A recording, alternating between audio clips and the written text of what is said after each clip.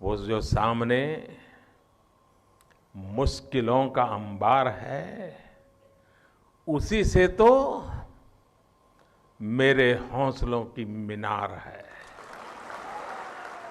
प्रधानमंत्री मोदी का ये कवित्व अंदाज है। कविता से ये मोदी का लगाव है, जिसे हिंदुस्तान से लेकर 7 समंदर पार तक के लोगों ने महसूस किया है। चुनौतियों को देखकर अमेरिका के ह्यूस्टन में जब मोदी ने कविता पढ़ी तो 50,000 के जनसमूह से भरा स्टेडियम तालियों की गड़गड़ाहट से गूंज उठा। वो जो मुश्किलों का अंबार है, वो जो मुश्किलों का अंबार है, वही तो मेरे हौसलों की मीनार है। मोदी का ये कवित्व हृदय है जो बार बार छलक उठता है। कविता और शायरी से मोदी का लगाव है जो बार बार उमड़ पड़ता है। सभी है भीड़ में, सभी है भीड़ में, तुम भी निकल सको तो चलो।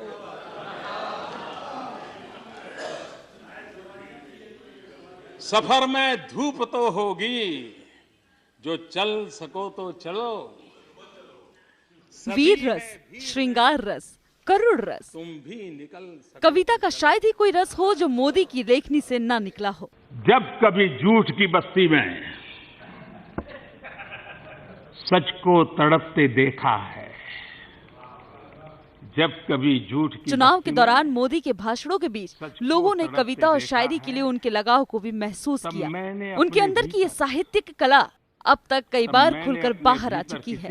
चुनाव का मैदान हो या संसद या फिर विदेशी सरजमीं, कई बार अपनी बातों को प्रभावी ढंग से रखने के लिए मोदी ने कविता और शायरी का सहारा लिया है। सूरज आएगा भी तो कहां, उसे यहीं रहना होगा। यहीं हमारी सांसों में, हमारी रगों में, हमारे संकल्पों में, हमारे रतजंगों में। तुम उदास मत हो, तुम उदास मत हो। अब मैं किसी भी सूरज को अपनी कविता के जरिए मोदी देशवासियों का हौसला बढ़ाते नजर आते हैं।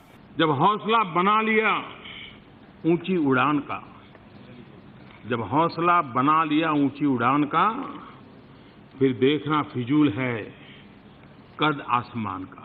मोदी की कविता में वो हौसला दिखता है, वो जज्बा दिखता है, जिससे वो असंभव को भी संभव बना देते हैं। महाबलीपुरम में सागर किनारे टहलते टहलते मोदी ने सागर से संवाद किया और अपने संवाद को उन्होंने एक और कविता में ढाल लिया है।